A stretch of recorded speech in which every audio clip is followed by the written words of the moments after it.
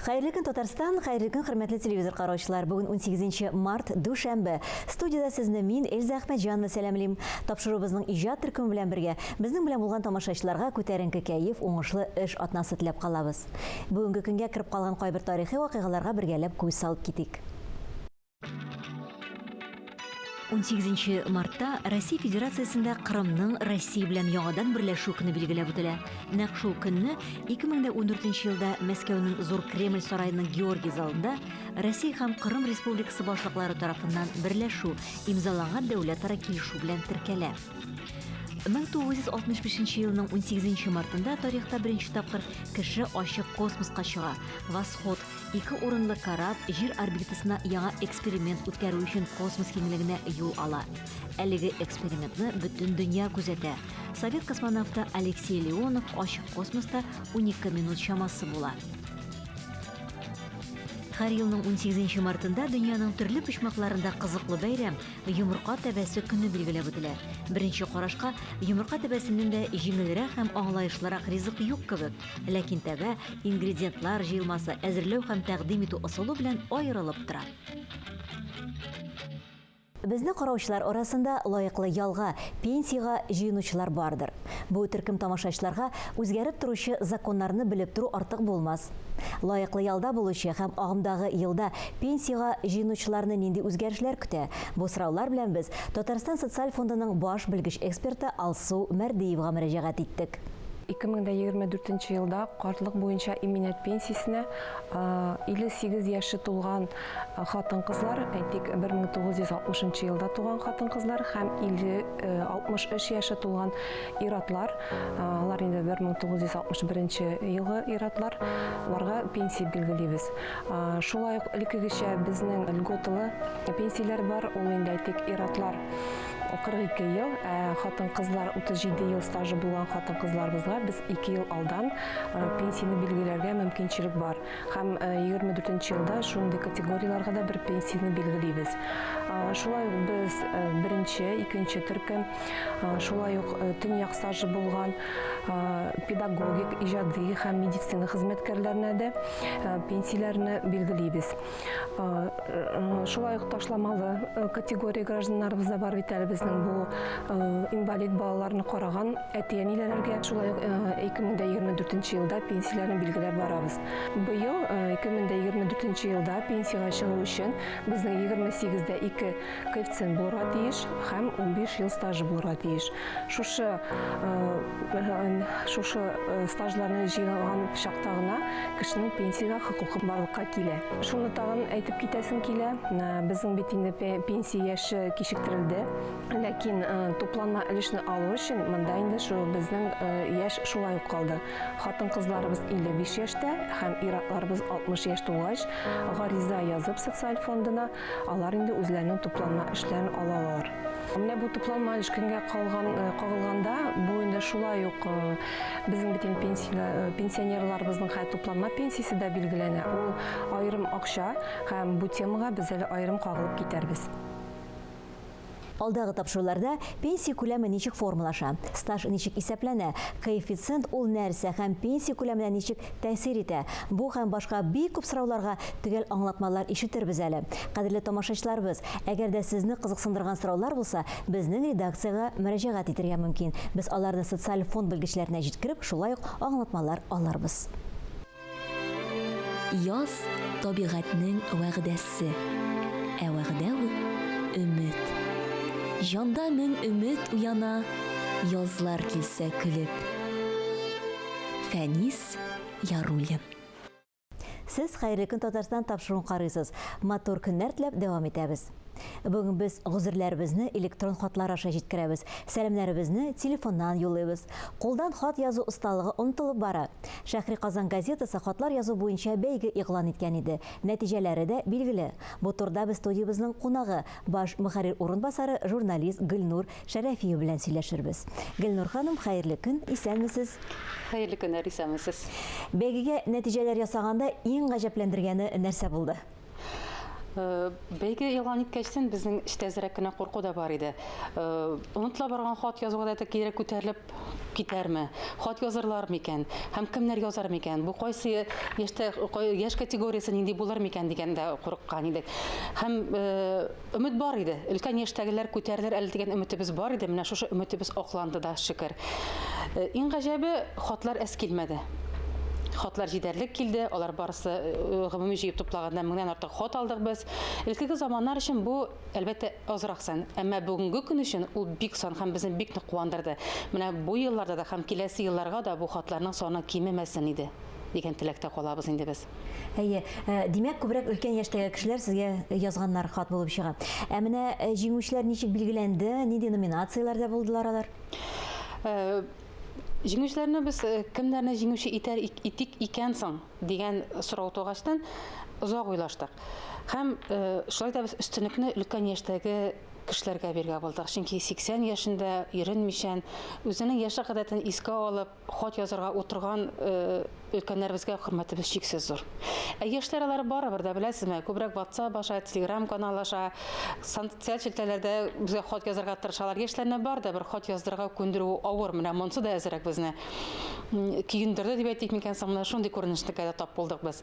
Яшьләр менә заман илки шулай итәргәндер. Кеше заманчалык хатны язып, почтага илем таблигына илтеп, конвертка салып илтеп, безгә хат килеп ирешкәнче бу вакытны көтәргә аның сабырлыгы да юк, төземлеге да юк, һәм замана да бүген тизлекне таләп итә.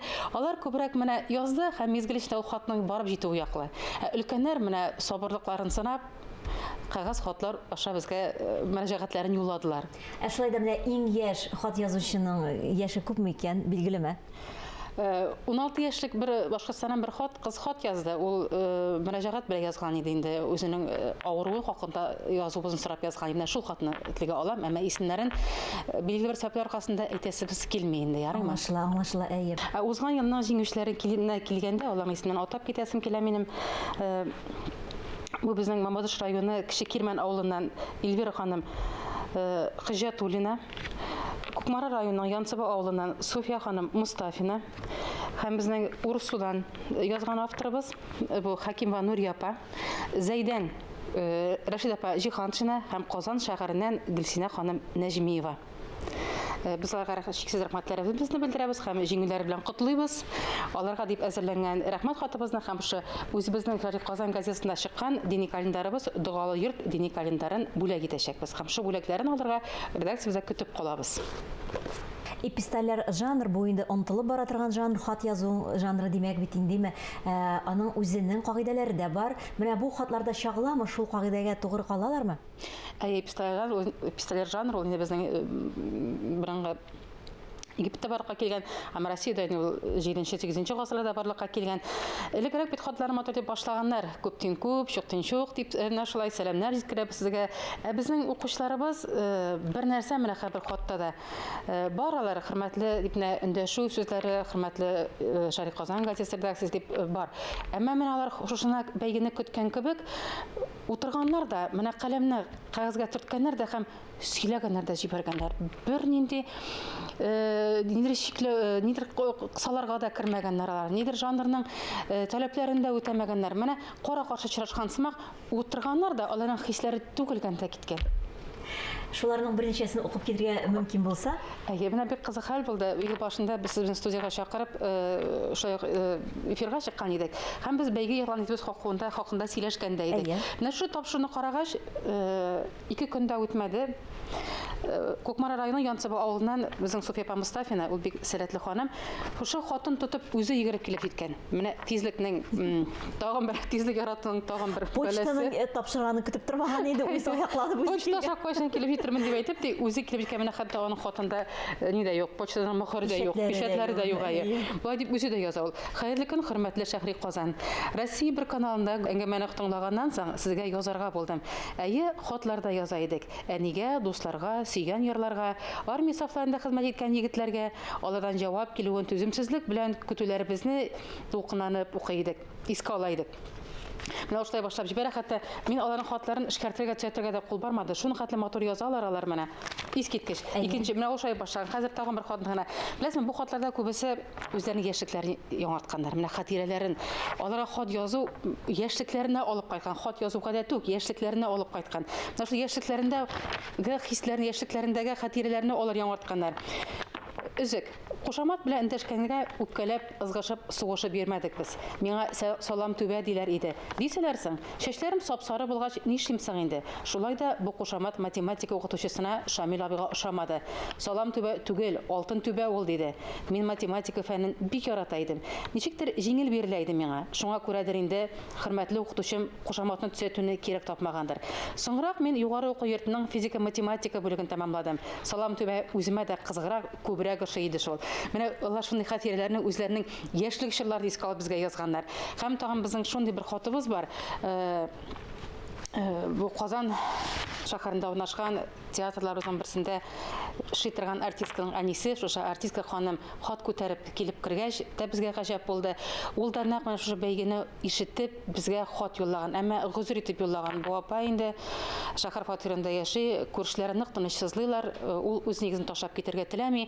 Ул шишелешне эзләп, үзенең бөтен моң зарын язган, кешегә сөйли алмаган серләрен язган. Без бу апага да үзенең серләрен безгә ышанып сөйләгәне өчен ул бушанып та калган. Бик зур рәхмәт аңа.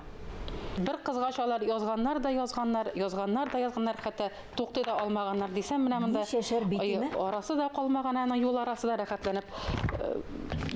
Менә бу матур гадәтләребез киләчәктә дә аларның сүнмәсен иде хат язу теләкләре. Бу гадәтләр тукталмасын иде. Инде алдан әйтеп киткәнчә, төрле гаджетлар аша аралашабыз без. Һәм инде хатлар язганда, төрле текстлар язганда, анда тикшерү мөмкинлеге дә бар. Хәтта алар үзләре дә төзәтеп җибәрәләр, дөрес язмаган булсак бит инде. Менә грамматика килгәндә хатларда ялгышлар, хаталар күп очрыймы? Юк, безнең укучыларыбыз әлхәмдуллаһ шөкер шугатлы гыйлемле һәм грамотный рус әйткәндә кешеләр икән. Һәм хатлар юк. Бар диалекталь сүзләр. Бар шундый сүзләр генә очрый, әмма менә хаталы язалар, бигрәк хаталы язган дигән юк. Андый хаталар очрамады. Андый хаталарны күрмәдек. Хатлар аша шуны да әйтеп була, кешенең эчке дөньясы, аның рухы чагыла. Менә күбрәк алдан әйтеп киттегез инде, әлбәттә, теге өлкәнрәк яшьтәгеләр языла, яшьлекләренә әйләнеп кайталар дип. Шулай да менә рухи яктан менә ул кешеләр турында нинди фикер йөртә аласыз? Безнең Барзай шәһәреннән язган хатыбыз менә Җиһан Рәшид апа.